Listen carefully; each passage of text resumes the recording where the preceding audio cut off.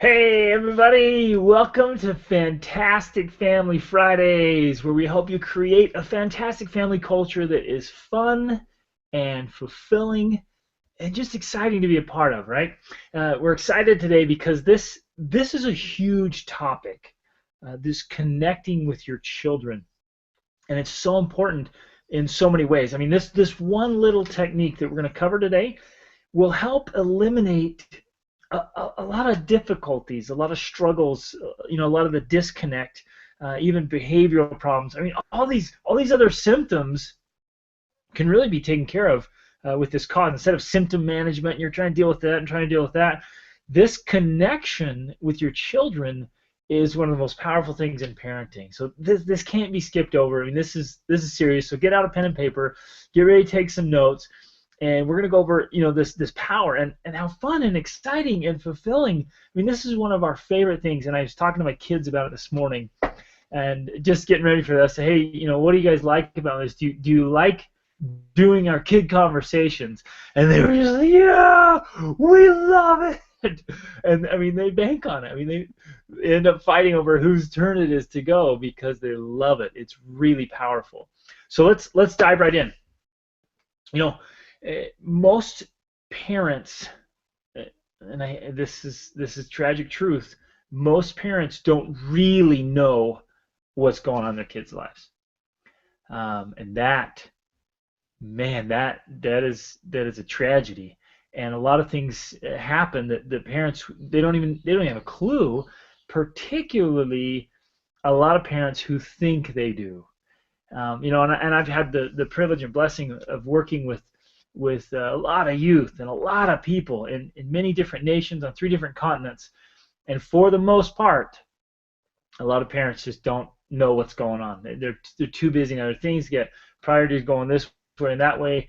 They have a superficial or shallow relationship, and they think things are good because on the surface it looks good. But man, we gotta dig in, and we have to know. We have to connect, not just communicate, but connect and get the deep feelings and desires and thoughts out a lot more than just talking about the trivial, talking about, hey, what happened? Oh, this and that happened. Well, no, what really happened, and how do you really feel about that? Your deepest thoughts and feelings. So many of us never even take our conversations to that next level, where they get so rich and so much great information comes out.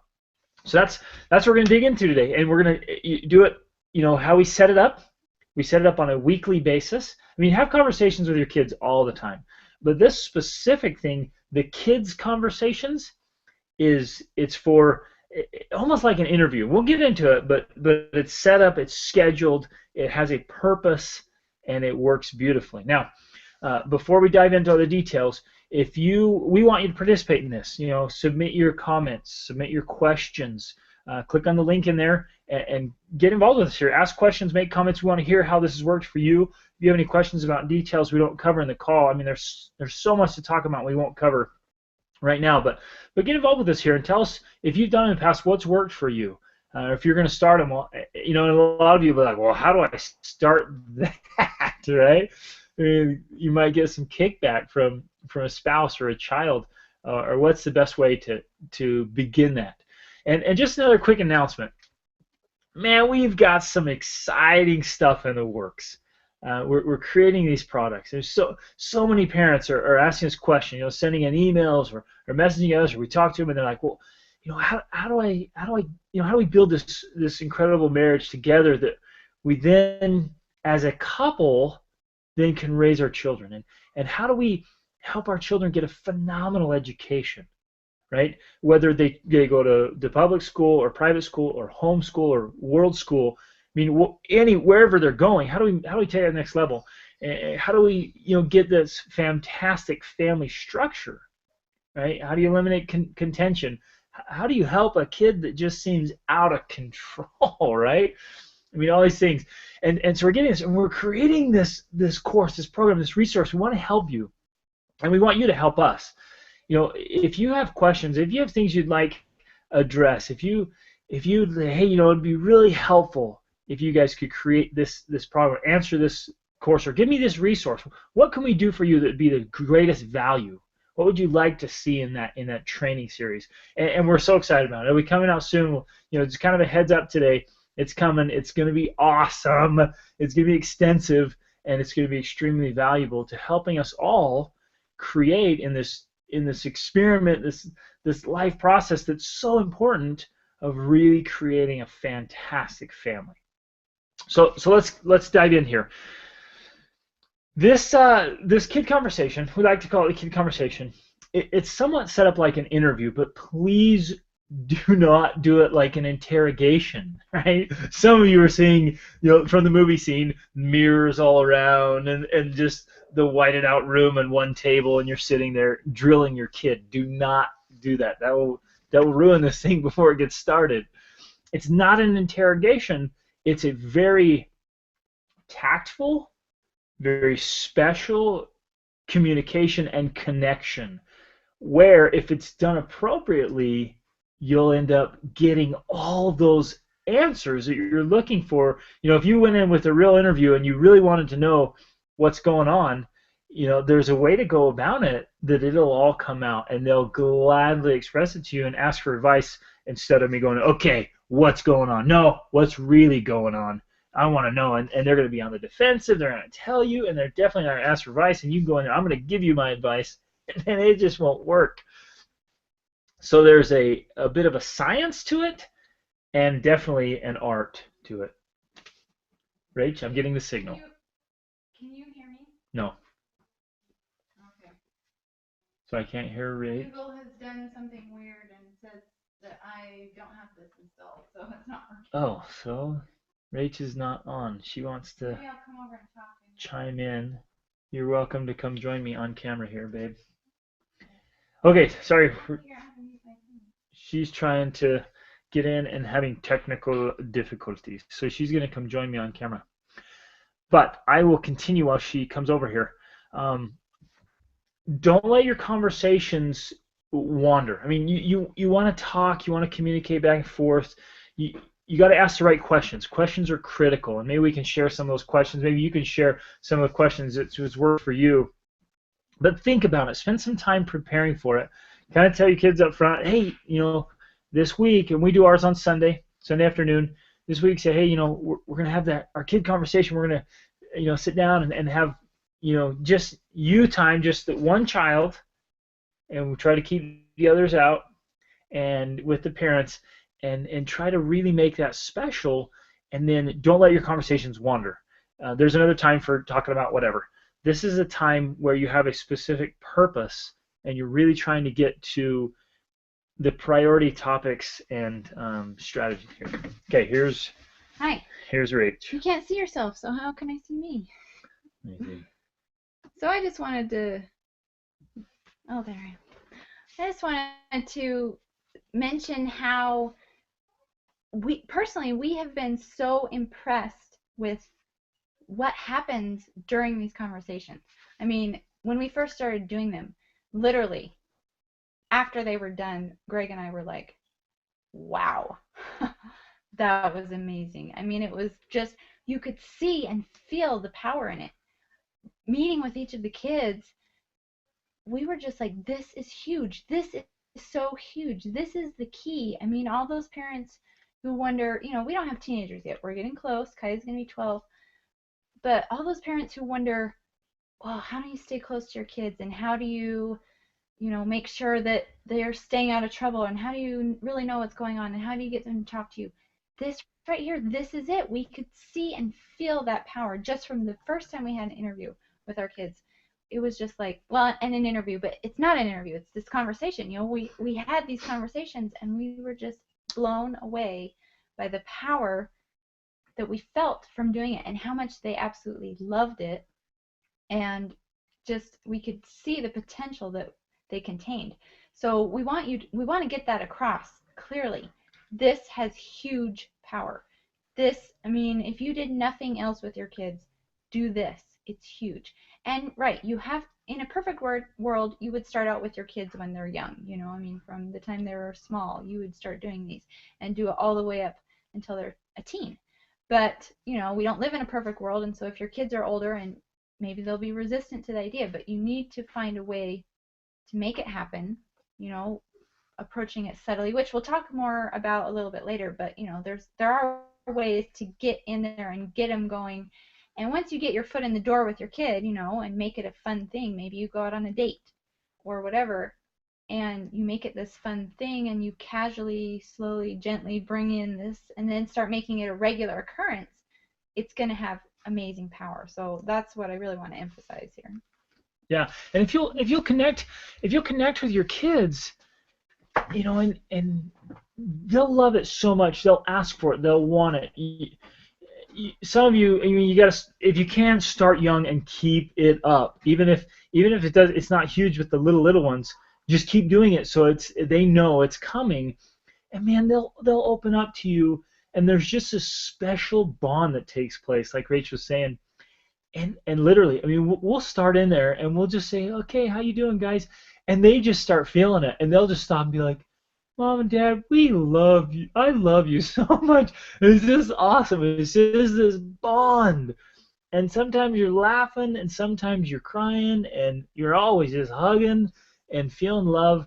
And man, it's huge deposits into their bank account, their emotional and mental and spiritual bank account.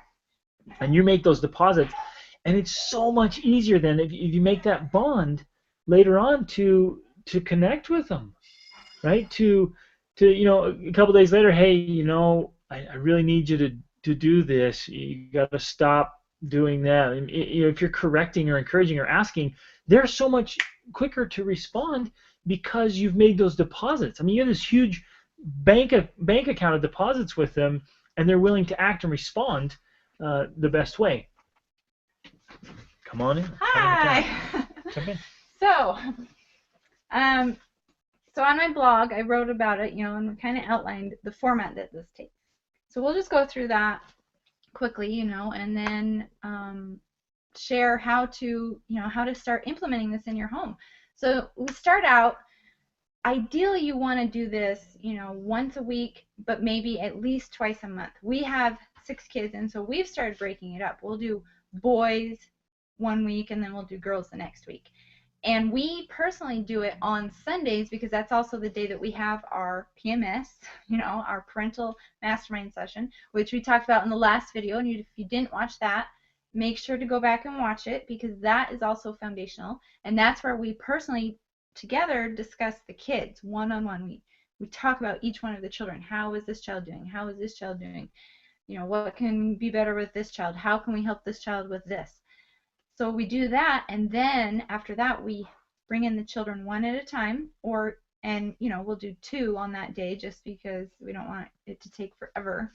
So we'll bring in one child at a time and talk with them.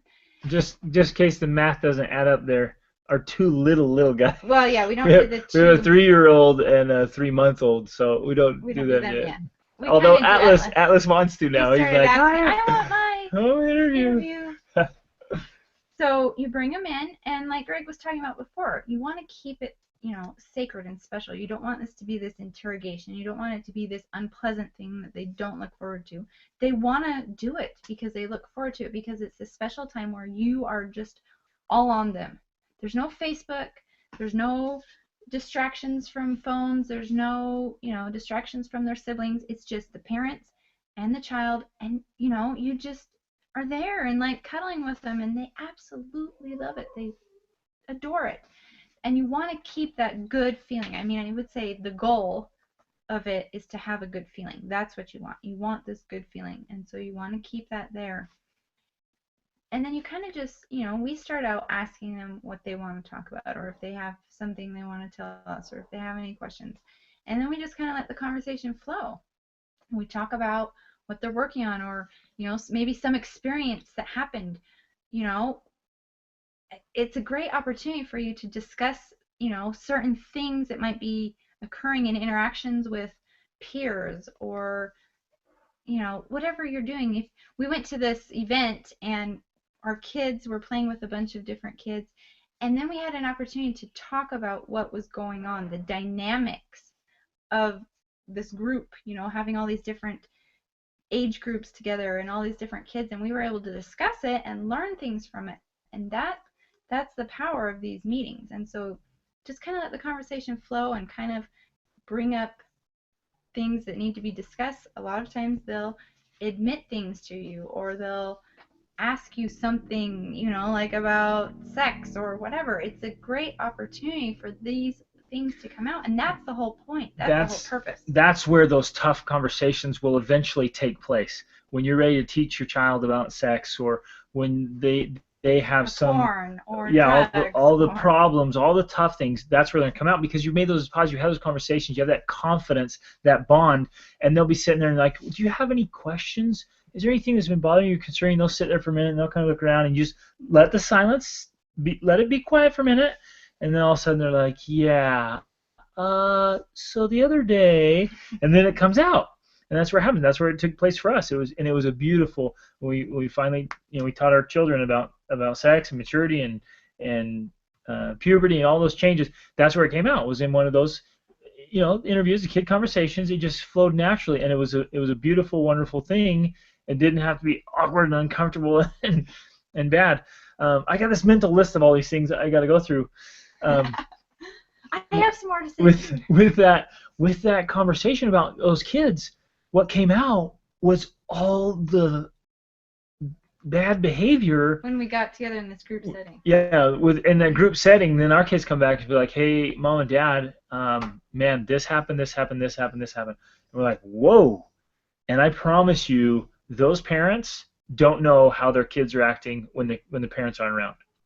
And, we always teach our kids, be the same, whether we're there or not. We can't always watch you. There's not always someone there babysitting you. You have to decide who you're going to be. You have to govern yourself. Are you going to be that kind of person? And a lot of children pick up this, maybe two personalities.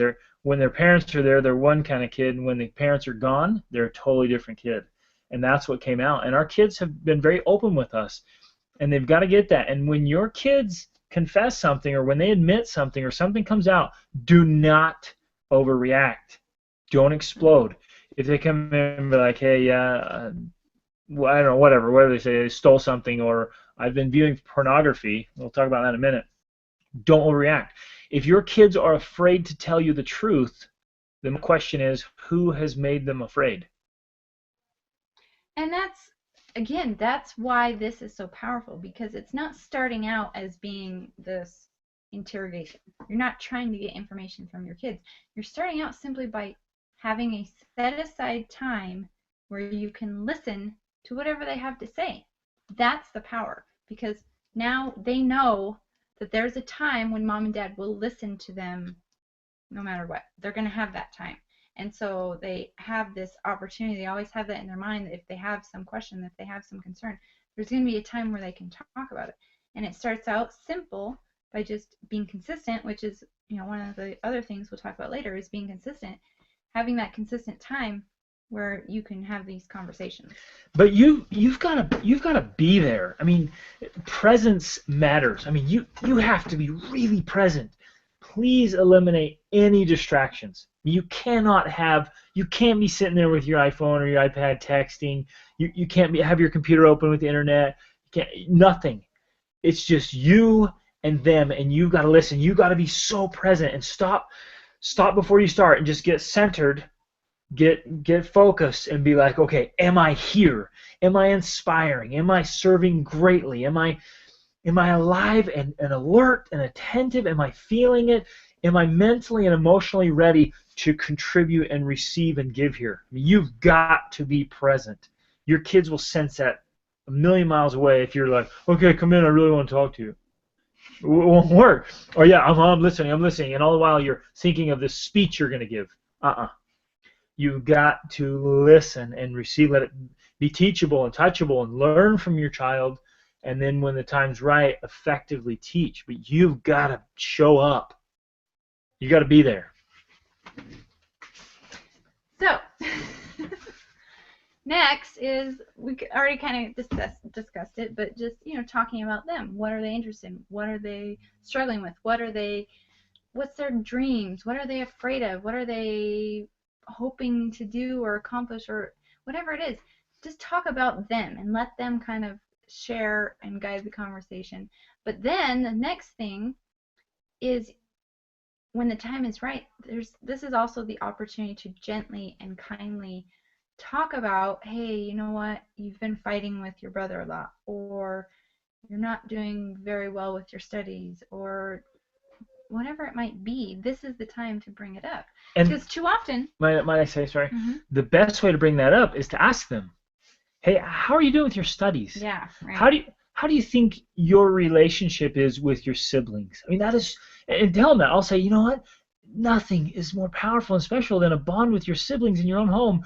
How do you think your relationship is with them? And they'll go, well, shoot, we've been fighting. Instead of, hey, I've noticed you've been fighting. Right? That's right.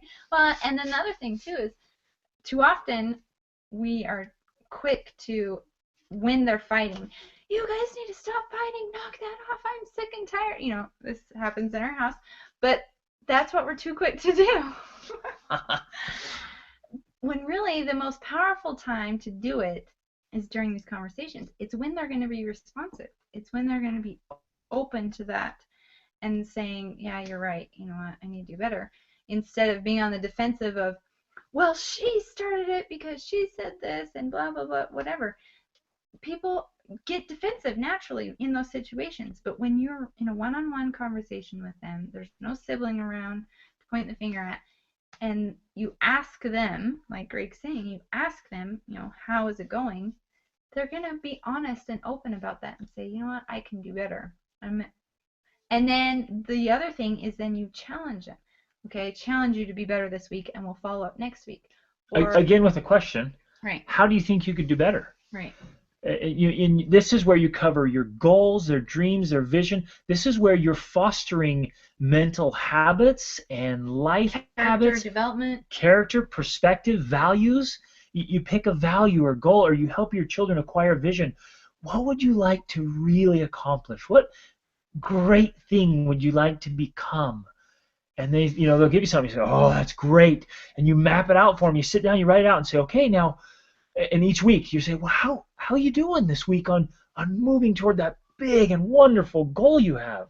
And this is something we'll talk about in another video another week. Is, we call it the compass, which we got from Rachel and Oliver DeMille, and it's kind of that. It's creating this compass for directing their life, specifically for our children, but for no matter what, our children are homeschooled, and so it's part of their education. But even if your kids go to public school or private school, this should be a part of their education. And it's creating this life vision of, well, I really want to play the piano, or I really want to sing, or I want to, be good at art, or whatever it might be that they have a desire or a talent in. It's creating this compass that's helping them to work on those goals and develop themselves in those ways so that they can, see progress, and they can develop themselves in becoming this kind of person they want to be. So that's another thing we discussed during the... I just can't overemphasize how powerful this is. I mean, endless stories of, yeah, my parents made me take piano lessons, or made me do voice lessons, made me practice, blah, blah, blah, blah, and all this forced stuff. And instead you could inspire them instead of require them. That in these meetings you say, hey, do you still want to really become great at that? And they're like, yeah, good. How are you going to become great? Well, I got to practice. How much do you need to practice? I mean, here's kind of mediocre. Here's amazing. Here's superb. Where do you want to be? I want to be awesome. Well, what kind of practice? Like, how much practice this week? Well, yeah, if I want to be great, okay. Can I remind you this week? Yeah, remind me. I want to be great. And so instead of the fight, they're going after their own greatness, and they're just, yay, you can do it. Come on, go, go, go. And that is the power here that is missing a lot of times, that causes all this contention in our families. We're not here telling them, hey, you're going to do this and you're going to do that. We're having this conversation with them where they are saying, this is what I want. This is who I want to become. This, even the fighting with siblings or whatever it is, you're saying, is that who you want to be? I mean, you're simply there as a mentor. You're helping them, for them to decide for themselves who they want to be, what kind of talents they want to have, what kind of person they are. I mean, that's all it is helping them to see that vision, helping them to create their own plan, and then you're simply there helping them to follow through with it, because they need it. We all need follow through. We all need that accountability. That's your job. And the meeting is the accountability of every week. Okay, how did you do last week? How can you do this week? What are you going to do? What did you not do? You're just holding them accountable. And that's the power. That is so powerful right there. So it becomes, in short, an investigation to find out how things are going. Then it becomes a huge source of inspiration and motivation, mentoring and coaching, and it needs to cover all of those elements. We'll go through, the 5 fundamental factors for a fantastic life. And we'll go through those fundamentals with the kids. How's your fitness and health doing? Are you choosing to eat good foods? Are you exercising? How's your education going? Are you preparing for your future? How are your family relationships? How is your faith? How is your relationship with God? That's on you. And so it's all this stuff is on you. A lot of children try to rebel. They're like, I'm going to get back on my parents and I'm going to stop doing that. That'll get them. And we just pull that back and say, hey, wait, this is all yours. This is all who you become. If you do that to spite me or somebody else or anyone, who are you hurting? Well, it's you. Well, who do you want to really become? Okay, well that's all you. I'm here to help you and support you in any way I can. We want you to live on purpose, to sing the song that you were born to sing. We're going to help you do it, but it's all you. And so you take all of those critical elements and those fundamental factors and you go over them with them in these conversations. And man, they just of their own accord are like, yeah, I need to be better. And I want to do this and this. And yeah, can you help me? What do you think I should do? And then you're like, yeah. Woo, and then you go after it, right? But it's got to have that special moment, a special bond. And maybe some of these things we're talking about won't come out in the first week. Well, and you're like, right. Shoot, it failed. And that's what I was going to say is the final and last thing is to make sure it's consistent. We, the first time we did one of these interviews with each of our kids, it was amazing. There was an incredible power, but what we could see was the potential that was there by holding them on a regular basis. It's not just that the one meeting was like, woohoo, fixed our family, it's perfect forever. It's that we saw, wow, if we do these on a regular basis, oh my gosh, we will have this amazing relationship with our kids. I mean, it seems like the problem solver for everything, and that's the power in consistently doing it, which is why we say at least twice a month, every other week, meeting with them. And as you do it over and over, yeah, it's not all going to come out in the first meeting. The first meeting, you might just chit-chat about whatever they're interested in. But when you regularly do it, they're going to open up and open up and open up and open up until you just have that relationship where you're close and you know that they're going to talk to you about whatever they might encounter, which is a lot of stuff. It's a lot. Wow. And there's so many other elements. I mean, I'm so excited here. I'm seeing weeks ahead here.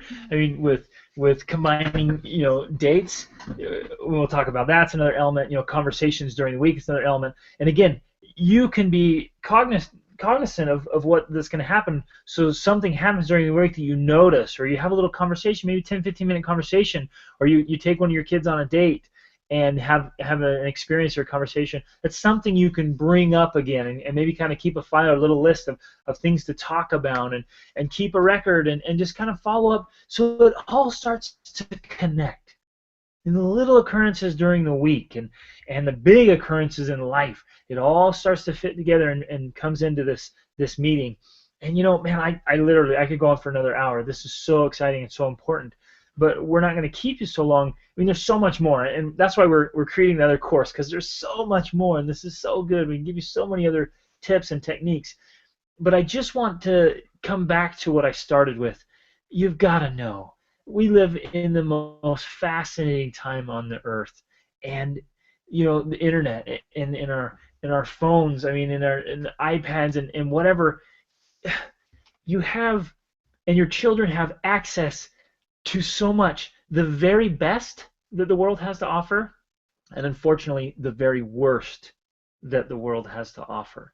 You know, I have parents approach me regularly and say, "Hey, I got a kid that's totally AWOL. I got a kid that's out of control. How can I reach him? How can I help him? They won't respond. They fight. They kick back. They're destroying our house and our family." Or I got a kid that's lost. Now called Yeah, and they come up with a stupid. Oh yeah. They come up with a stupid title now, and you can count on society coming up with titles for all the problems that ought to be solved at home and would be prevented by these kind of things and all the techniques we're going to tell you, these tips. And they come with these labels, and then they come up with another drug. Oppositional defiant disorder is the new one. Oh my lands. I won't get started on there. I have very strong feelings about them, as you can see. I mean, I think pharmaceutical companies just are thrilled with the new labels and new problems. A lot of this stuff, virtually all of it, can be taken care of. And you're like, well, come on, be realistic. You have little kids, Greg. Man, I grew up in the streets. I've worked with youth that struggle. I mean, I spent a lot of time, and just on my own, I volunteered. I mean, for the last, 16 years, I've been working with people who are struggling and helping them. I worked with some of the most hardened people. I taught and mentored inside maximum security detention centers for youth. I mean, I've worked with the heart of the hard. I mean, I've worked with murderers and violent people, and I've helped them and reached them and talked to them, and they open up to me. And I've had these, these conversations with people who honestly have opened up and told me things that I won't repeat to anyone. But they open up to me because we connect, we bond, and then I can make headways, and then I can make suggestions. I have worked with some of the most AWOL, absent without leave. I mean, kids that are just off track. I've worked with them and I've helped them kind of come back.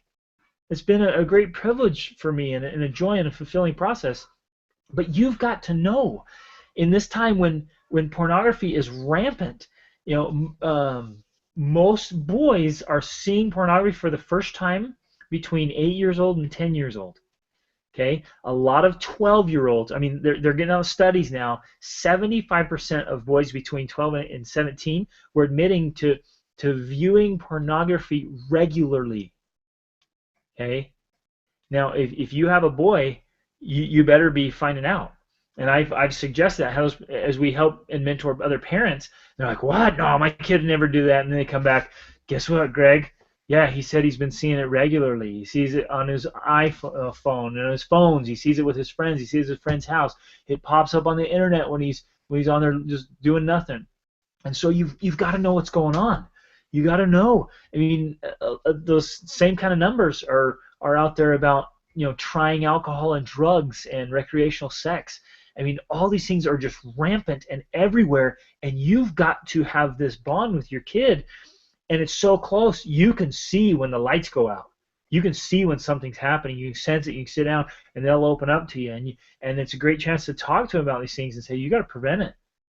I mean, even just to wasting your time, there's so much trivial trash out there that you could waste your whole dadgum life. And that's a great time to say, hey, now are we wasting time or are we making the most of ourselves? Do we have a great goal, a great vision of who we want to become? Are you just floating through life with no dreams, no desire, no ambition? I mean, it's just the greatest tragedy in the world to me is when a human being doesn't reach their potential. And this is a chance to help them go after that potential, to reach for it, to grow and push themselves instead of just floating along any which way. Okay, so I could keep going and going and going. You're like, okay, stop, enough already. But start doing these. Start this week. Okay, wherever your kids are, whatever your relationship's been. If you're kind of distant, and maybe it's, hey, can I just take you on a date? Do you have a favorite food, or do you have a favorite ice cream, a favorite smoothie, favorite activity? Let's just go. Let's just mom, dad, and a kid. If you're a single parent, just do it. I know it's another thing to add to your plate, but this one matters. And just start making them happen, and man, you're going to start seeing results. So start and continue them. Be consistent. Put them on your calendar. Put alerts, and just make sure you do them. And I promise, if you do these effectively, man, you'll see miracles happen. And this is a critical element. So now you have number one, the PMS, the parental mastermind session. You hit that every week. Number two, the kid conversations. Boy, just with those two simple elements, you're going to start seeing huge changes in your family to start creating that fantastic family culture, which is fun and fulfilling and powerful. It's exciting. So go out this week with this assignment, start making those happen, and start creating that awesome family culture and that incredible bond with your kids. It's one of the richest, best parts of life, and this will make it even better. So go out and do this. Have a fantastic week. Reach upward.